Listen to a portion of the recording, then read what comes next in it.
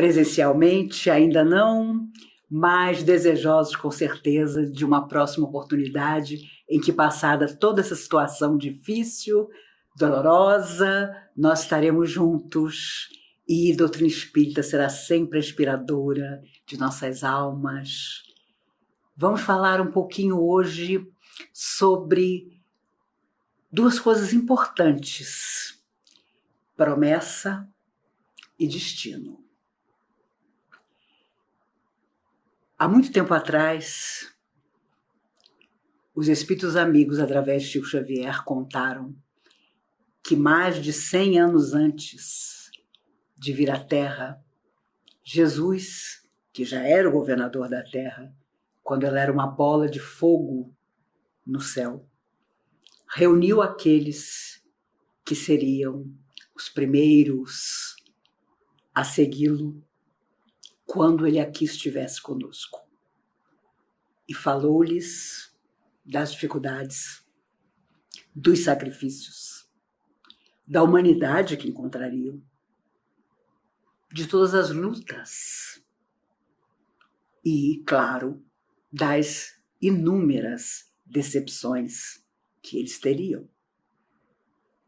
E em lágrimas, todos aqueles que seriam mais tarde os primeiros cristãos, inclusive os que seriam seus apóstolos, aqueles mais chegados e que estavam na reunião, ouviam comovidos, olhos flamejantes de esperança, porque Jesus viria à Terra para apontar o caminho a todos os corações. E contam os espíritos, através do Chico, que um deles, arrebatado de felicidade, como ficamos quando nossa alma é convidada para as grandes coisas, levantou-se e disse com uma voz poderosa, enquanto os outros, impressionados, o ouviam: Senhor, de todos os que te seguirem na terra, eu serei o mais fiel. Era Judas, que tanto tempo antes do mergulho de todos eles na terra, fazia uma promessa que, sem dúvida alguma, os enganos de sua alma não o deixaram cumprir. E é por isso que cada vez que, ao longo do tempo, um livro psicografado surgiu, em que um espírito amigo contava sua própria experiência, e temos os livros maravilhosos escritos por André Luiz, através da mediunidade ímpar do Chico, a nos lembrar que todos nós sempre fizemos, nas múltiplas existências que já tivemos, muitas promessas. E é claro que cada uma delas é responsabilidade nossa e gera um destino para nosso espírito eterno. Porque não envolve só a nós, mas a toda a vida em torno de nós. E por isso surgem na trajetória da humanidade aqueles que catalisam promessas com seu carisma e que vêm a ser, pela sua própria atitude, líderes de povos, levando um grande número de pessoas a acreditar naquilo que eles propõem. A dificuldade é quando tudo vai por água abaixo, quando as promessas, na verdade, são mentirosas, quando, ao contrário do que parecia, aqueles chamados líderes levam um grande número de pessoas a enganos terríveis. E aí surge um grande resgate, um resgate coletivo, muitas vezes, que envolve muita gente e, principalmente, leva de roldão aquele que prometeu. aquele que prometeu muitas vezes, sabendo de antemão que não cumpriria. André Luiz, quando tem noção do que era o mundo espiritual, lamenta amargamente nunca ter se preparado para a continuidade da vida além da morte física. Embora fosse sanitarista emérito e um médico conceituado, tinha os seus preconceitos e não acreditar em vida além da morte era um deles. Se vê na situação e nos conta, sem nenhum pudor em seus livros, de não conseguir nem mesmo ser um enfermeiro, com todo o conhecimento que levara da terra, porque sua alma estava completamente engolfada em tudo aquilo que ele julgava que era a sua vida, mas que na verdade não era. O egoísmo de encarar apenas a conveniência e o conforto para sua própria família fez com que ele pagasse um preço alto. O primeiro, o de perder as ilusões. O de perceber que não era a pessoa nobre e reta que ele imaginava ter sido. E que estava ali ombro a ombro com almas grandemente necessitadas. O nosso orgulho, o nosso egoísmo sente dificuldade em admitir que, do outro lado da vida, nós ainda vamos precisar muito daqueles que falem por nós, daqueles que possam dar um testemunho positivo daquilo que nós fizemos na Terra. O Dr. Bezerra de Menezes costumava dizer na Comunhão Espírita de Brasília, sempre, que as pessoas que faziam o bem, ainda que um bem pequenino, granjeavam grande simpatia, mesmo entre as almas sofredoras. E que essas almas sofredoras, quando viam alguém que era útil na vida sofrer, iam aos portões dos hospitais espirituais pedir por aquela pessoa. Olhem por ele. Ele está lá na Terra, encarnado, está fazendo coisas boas. Desta vez, ele está agindo de forma correta. E lembramos logo de Paulo de Tarso, que gostava de nos lembrar. Somos todos acompanhados por uma nuvem de testemunhas invisíveis, que nós vamos negar quando estivermos desencarnados. Eu sempre cito nas palestras, quando me recordo do livro favorito das crianças, quando há muitos anos atrás eu evangelizava crianças pequenas de 3 a 6 anos. Era o Lobo Mau reencarnado de Roque Jacinto. Elas achavam engraçadíssimo, porque todas conheciam a história da Chapeuzinho Vermelho, que o Lobo Mau, desencarnado, chegando do outro lado, tivesse a disfarçatez de mentir. Ele não havia comido a vovozinha.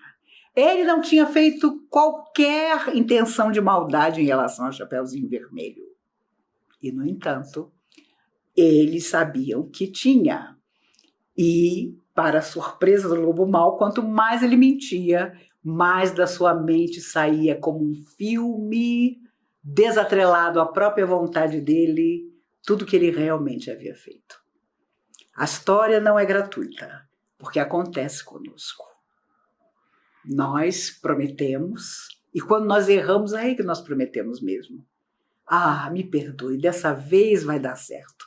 Não, me perdoe, eu não sei onde eu estava com a cabeça, mas agora eu vou mudar.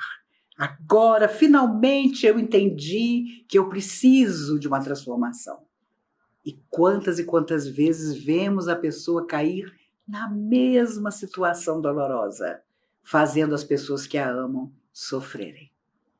Ela muitas vezes não sofre, porque no fundo, vitimizada por si mesma, ela quer continuar naquela situação. Se eu contar a vocês, ao longo de 48 anos em que faço palestra, comecei aos 16 anos, sem nunca parar, o quanto de pessoas eu conheci que imploravam por ajuda, sem, na verdade, quererem ser ajudadas, seriam volumes e volumes de livros. E quando você acredita, você tudo faz para ajudar a pessoa. Mas na hora em que você propõe a renovação, ela tem sempre uma desculpa para não se renovar. Quando coletivamente surge um líder que na hora mais difícil tenta fazer que os corações acreditem que tudo pode ser transformado para o melhor, nós vemos a Inglaterra da Segunda Grande Guerra. Quando Churchill, baixinho, mais velho, experiente, traumatizado, porque havia sido um soldado na Primeira Guerra Mundial e participara de batalhas terríveis em que a Inglaterra havia sofrido grandes perdas, por decisões das quais ele havia participado. Ele vê então Adolf Hitler dominar toda a Europa. Mas havia um problema, a Inglaterra era o obstáculo. Se a Inglaterra caísse, não haveria nada a impedir que Hitler e seus asseclas dominassem o mundo oportunamente. O mundo inteiro sabia disso. Churchill também. Naquela época, o rádio era o meio de comunicação. E quanto mais Hitler afirma que a Inglaterra seria completamente dominada e que através de bombas ele destruiria o país inteiro, mais o povo naturalmente se apavorava. Mas eles tinham que reagir, não havia outra saída. Tem um ditado muito antigo da época dos meus avós que diz assim: o que não tem remédio, remediado está. E é um grande ditado. E foi exatamente o que aconteceu. Churchill foi à rádio depois de um grande bombardeio, em que muita gente morreu, na Londres de 1941. Foi à rádio, no momento em que estavam todos completamente abafados pelo desânimo. E repete para todo o país, para o mundo, em parte já dominado pelo nazismo: nós vamos lutar nas fábricas, nas ruas, nas escolas, nos escritórios, em toda parte. E termina com a frase inesquecível que magnetizou o povo a partir daquele dia até a vitória que veio em 1945 com o fim da Segunda Guerra: nós nunca nos renderemos. Nós nunca nos renderemos. Mais tarde, os biógrafos de Hitler contaram que o homem que ele mais odiou em toda a vida foi justamente Churchill. Mas justamente, não só por admirar-lhe a inteligência, a agudeza, o caráter nobre, mas também a capacidade de fazer um discurso que aglutinou todos os corações. As famílias mandaram as crianças para as fazendas do interior e lutaram. Lutaram nas fábricas, nas ruas, nas escolas. Quando aparecia a sirene de uma bomba, todos iam para os metrôs no subterrâneo. E Londres talvez tenha sido a cidade mais bombardeada durante a Segunda Grande Guerra. Entretanto, nunca se renderam. A promessa foi cumprida. E, claro, mudou completamente o destino de uma guerra que matou mais de 60 milhões de pessoas. E que poderia ter tido um final totalmente trágico para a humanidade. Quando nós prometemos algo a alguém, a uma ou a mais pessoas, no fundo nós nos magnetizamos daquela intenção. E mais grave, magnetizamos o outro. Envolvemos o outro na esperança ou desesperança do que a nossa promessa provoca. Se hoje temos dificuldades emocionais, afetivas, e afirmamos já ter o conhecimento da vida além da morte, de como devemos agir, para sermos equilibrados e nobres, imagine o que não causaram nossas promessas ao vento em vidas que já se foram. Chico Xavier contava que ao longo de muitos anos, nas filas para conversar com ele, quantas vezes ele viu pais e mães, criminosos de ontem, carregando nos braços filhos cegos, surdos, mudos, paralíticos, dementes, a quem haviam prometido sem cumprir. E que agora estavam próximos, agora dependiam deles para tudo. Porque a vida traz de volta tudo aquilo que nós lançamos a ela.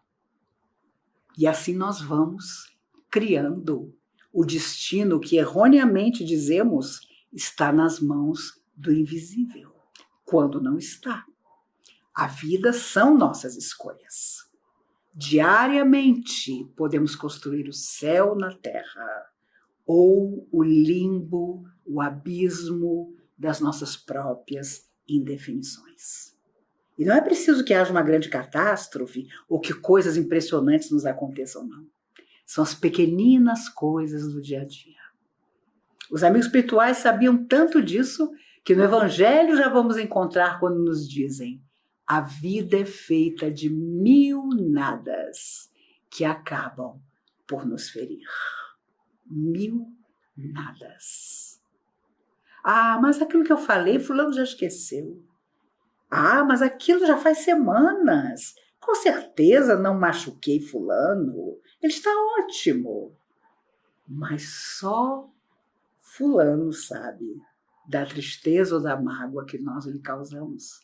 E muitos guardam por longo tempo, até de uma vida para outra, o que lhes dissemos ou lhes fizemos. Por isso a reencarnação existe.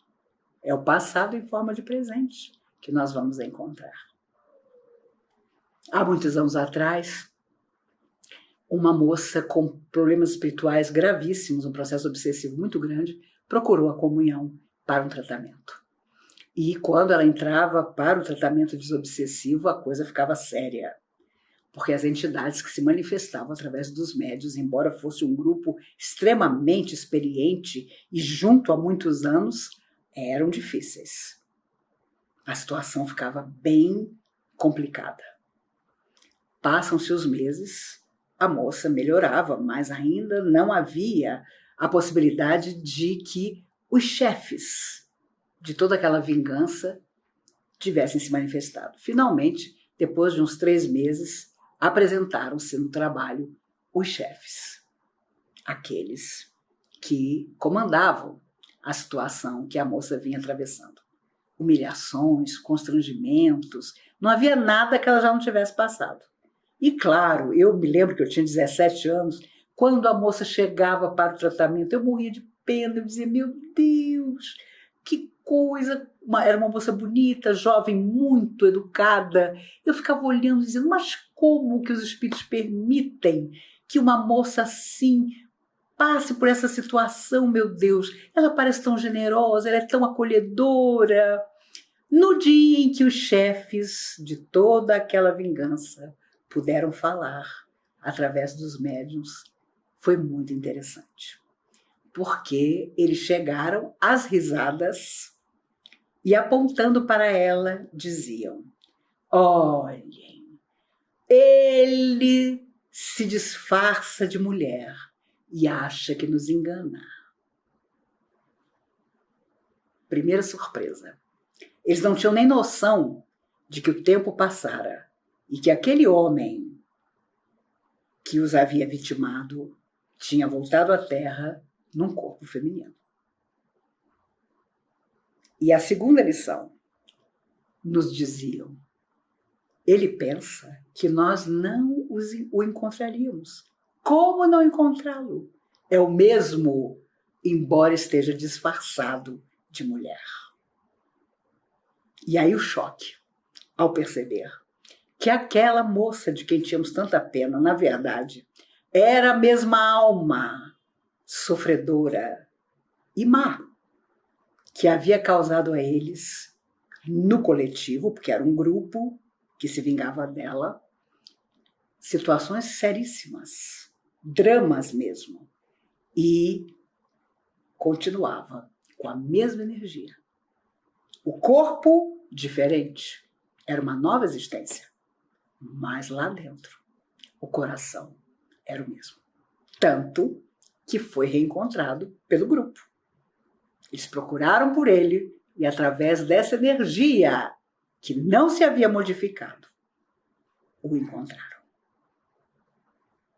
E a moça chorava copiosamente, porque ela não era boba. Naqueles meses em que ela estava fazendo tratamento, ela começou a ler sobre o doutrina espírita. E ela percebeu claramente que, embora disfarçada nessa atual vida, ela tinha sido encontrada por grandes adversários do passado, que ela mesma alimentara. E mais tarde, os amigos espirituais, dirigentes do grupo, contaram o que ele havia feito, e eram coisas terríveis. Ninguém mais teve pena dela. Porque aí você também já encara o outro lado, né? Meu Deus, se eu tivesse passado por isso, eu talvez estivesse perseguindo essa pessoa até hoje. Me recordo de um rapaz também muito bonito que também fazia um tratamento de desobsessão. E quando ele chegava, nós, as garotas da mocidade, nossa, achávamos o rapaz tão bacana, tão bonito, coitado, como é que ele está passando por esse processo de obsessão? E aí, um dia, um dos espíritos sofredores que assediavam o rapaz contou que aquele homem, fisicamente jovem e belo, tinha sido um companheiro dele e dos outros 4 que o perseguiam agora.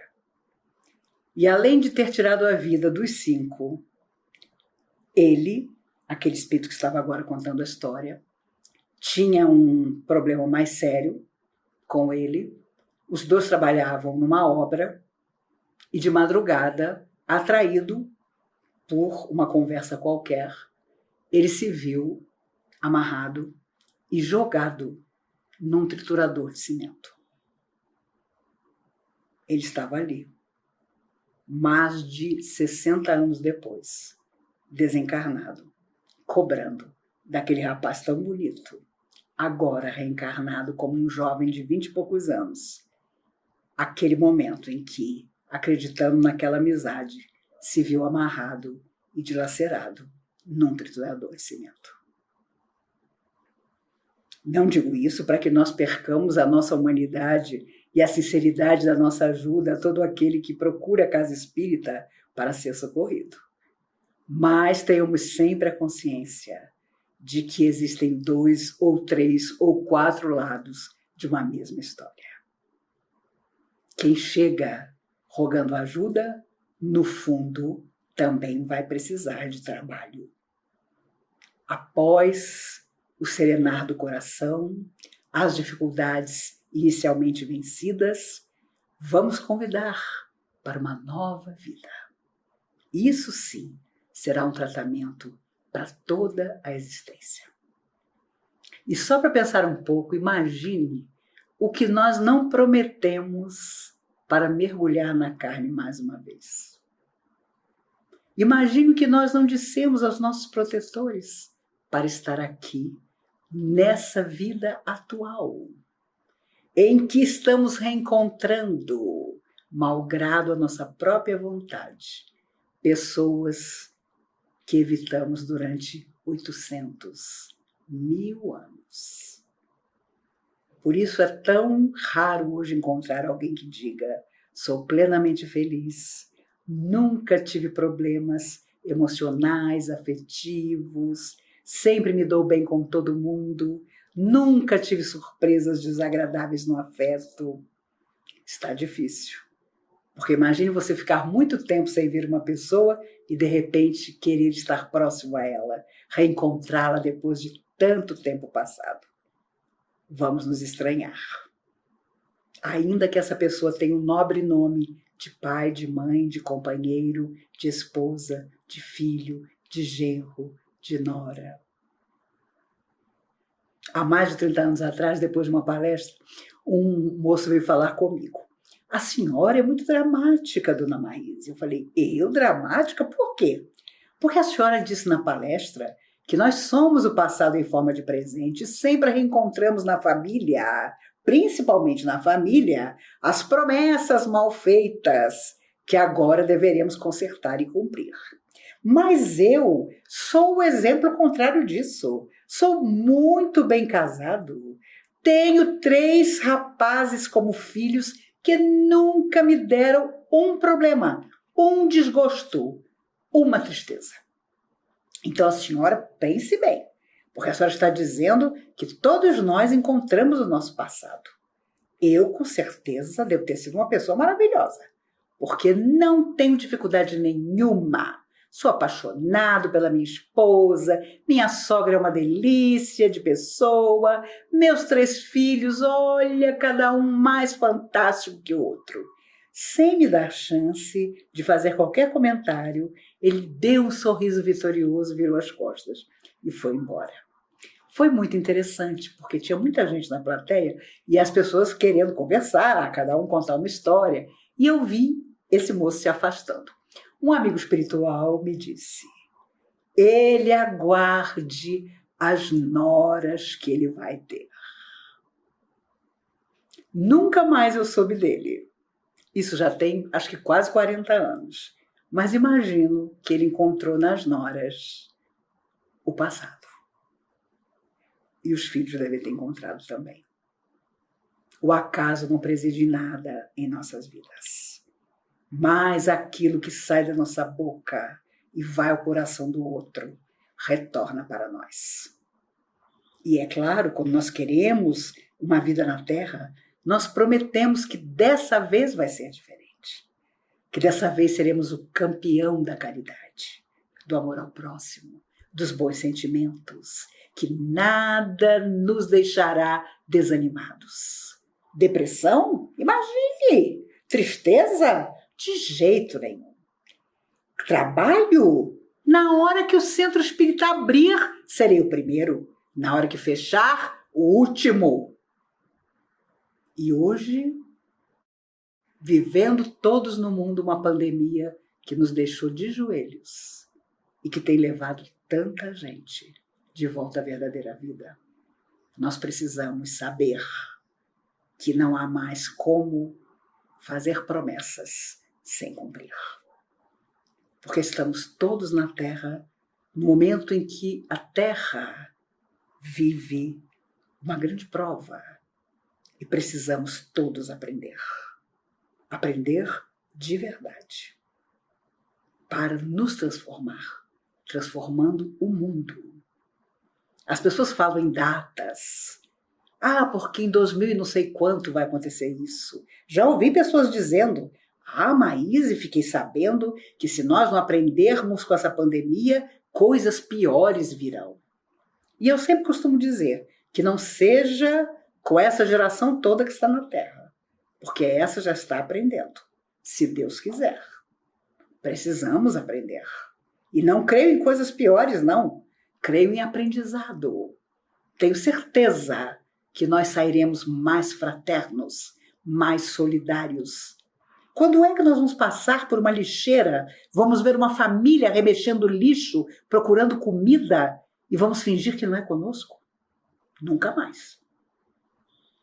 Quando é que nós vamos dizer, sou espírita, de cada 10 livros psicografados já li 9, e não vamos colocar em prática, no nosso dia a dia, 1% daquilo que afirmamos saber? Não. Precisamos dessa vez aprender em definitivo.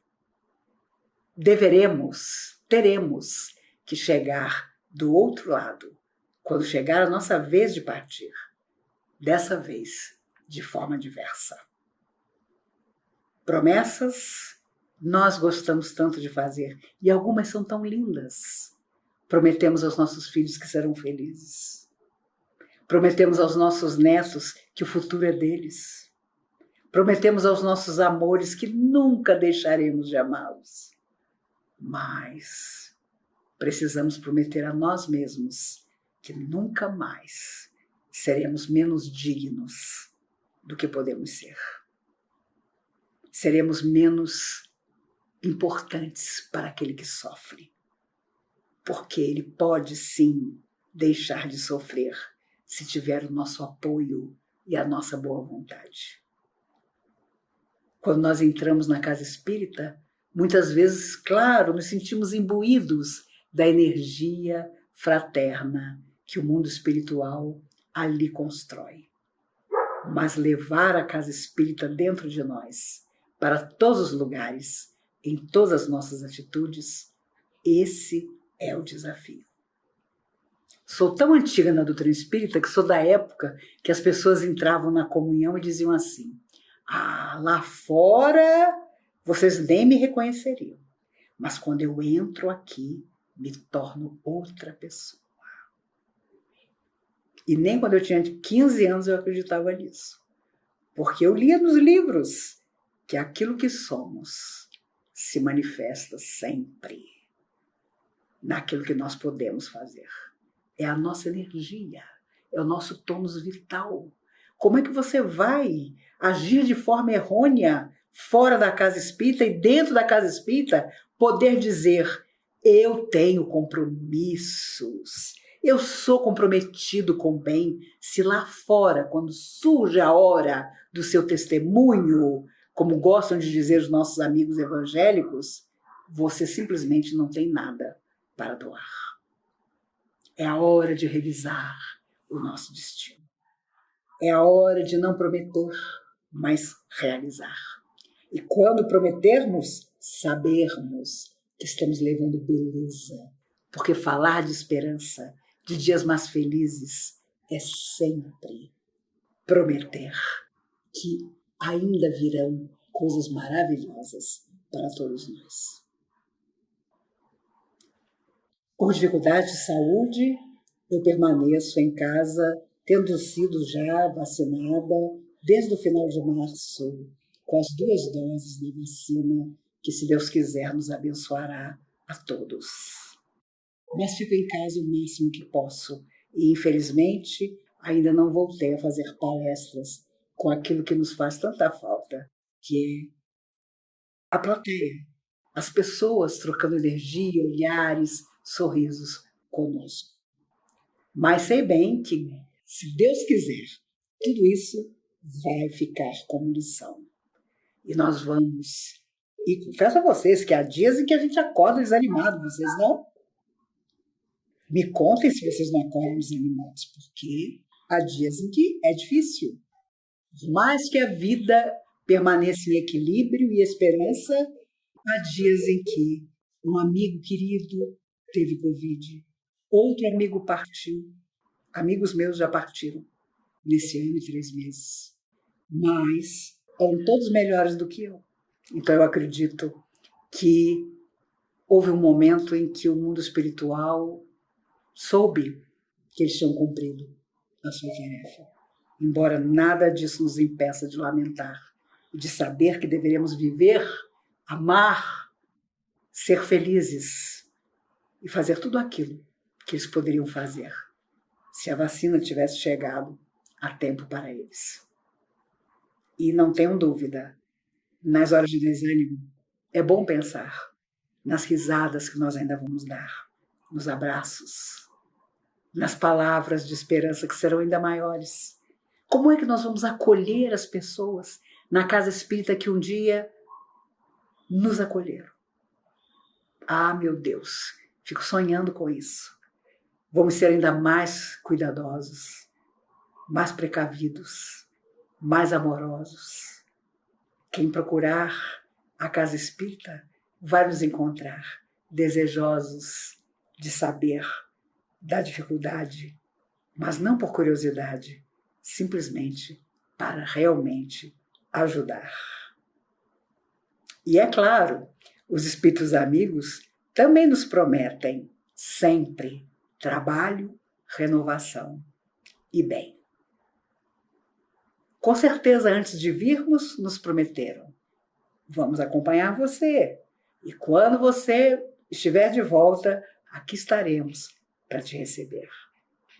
E é claro, vão nos perguntar um dia o que foi que nós fizemos de toda a caminhada, das pequenas ou grandes coisas que nós realizamos.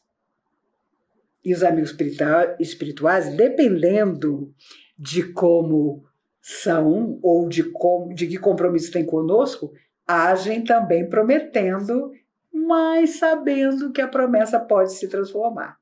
E eu sempre me lembro de Emmanuel e Chico. Emmanuel disse a ele: eu tenho uma proposta de trabalho, 30 livros. E o Chico aceitou. Quando chegaram os 30 livros, quando houve a psicografia dos 30 livros, Chico, todo animado, pensou: bom, o compromisso está feito. E Emmanuel disse a ele: deu tão certo, vamos a mais 30? Chico pensou: 60, mais 30 para quem já fez 30? Vamos a mais 30. Aos 60, vamos ao 100. E eu me recordo até hoje da capa do livro de número 100. Era um número 100 dourado, com fundo azul. Me lembro que quando chegou na comunhão, nossa, que coisa linda! Nós disputávamos aquele livro de mensagens que tinha a capa com o número 100, porque sabíamos, era o 100º livro psicografado. Só muito depois viemos a saber que naquele momento o Chico disse: bom, tarefa concluída, 100 livros. E ouviu de Emmanuel: eu tenho uma notícia para o senhor. Sua vida não lhe pertence mais. Seu corpo é uma casa desapropriada. E ele foi a mais de 400 livros, a 92 anos de vida, a quase 80 anos de mediunidade. Essa promessa Emmanuel não cumpriu. Toda vez que chegava no limite das obras, uma nova proposta. Mas, para a sorte de Emmanuel, ali estava o coração extraordinário, generoso de Chico, a aceitar. Porque o destino está em nossas mãos. Nós podemos aceitar ou não. E é claro, depois nos justificaremos. Olha, não deu, estava muito complicado, eu estava muito sobrecarregado, eu fiz uma parte, mas tudo não deu, era muita coisa. Aqui na Terra pensamos assim: antes de vir, Nossa Senhora, os espíritos dizem que nós, antes de reencarnarmos, somos os campeões do não importa, eu faço qualquer coisa, topo qualquer coisa, não interessa como vai ser. Não, imagine se eu tiro de letra. Nossa, fulano, já me entendi com ele, posso recebê-lo junto de mim, vai ser maravilhoso. Depois, muitas vezes mergulhados na carne, esquecidos das promessas que fizemos, dizemos que Deus não existe, que Deus, se existe, se esqueceu de nós, que a nossa vida é a mais infeliz. E se há alguém que cobra do mundo espiritual, é o espírita. Meu Deus, mudei minha vida. Assisto palestra, tomo passe, trabalho no grupo mediúnico, me dedico. Como que isso foi me acontecer? Como se, por cumprirmos simplesmente o nosso dever, tivéssemos que ser diferenciados. Ainda há enganos em nosso coração, meus amigos. Mas com certeza isso também vai passar. Ficaremos cada vez mais conscientes de que somos eternos. Às vezes dizemos: nossa, fulano é para sempre na minha vida. Para sempre somos nós. Situações difíceis também não são para sempre. Até as felizes não são. Aproveitemos tudo, que tudo consideremos como lição. Que quando encontrarmos alguém, encontremos de verdade. Que possamos envolver esse alguém com a nossa melhor energia. E se não estivermos num dia bom, que com toda sinceridade possamos dizer: olha, me perdoe, você me encontrou num dia em que eu não estou bem. Podemos conversar num outro momento? Sejamos sinceros. Porque a sinceridade, com certeza, vai sempre nos beneficiar. por falta de sinceridade, nos enchemos de falsas promessas e tornamos o nosso destino bem complicado. Ainda hoje, estamos a desatar os nós que nós mesmos criamos. Mas dessa vez, agora, conscientes, haveremos de amar e servir, porque saberemos que amar e servir é a tarefa maior de todos os nossos corações. Eu tenho absoluta certeza que até que nos encontremos, tanto eu como vocês estaremos sempre melhores. Vamos lançar um pensamento de amor todos os dias àquele que sofre, ao desesperado, ao triste, ao sozinho, àquele que está revoltado porque não encontra guarida no coração de ninguém, àquele que sofre injustiças e não tem ideia de como superar isso, tornando-se igualmente injusto.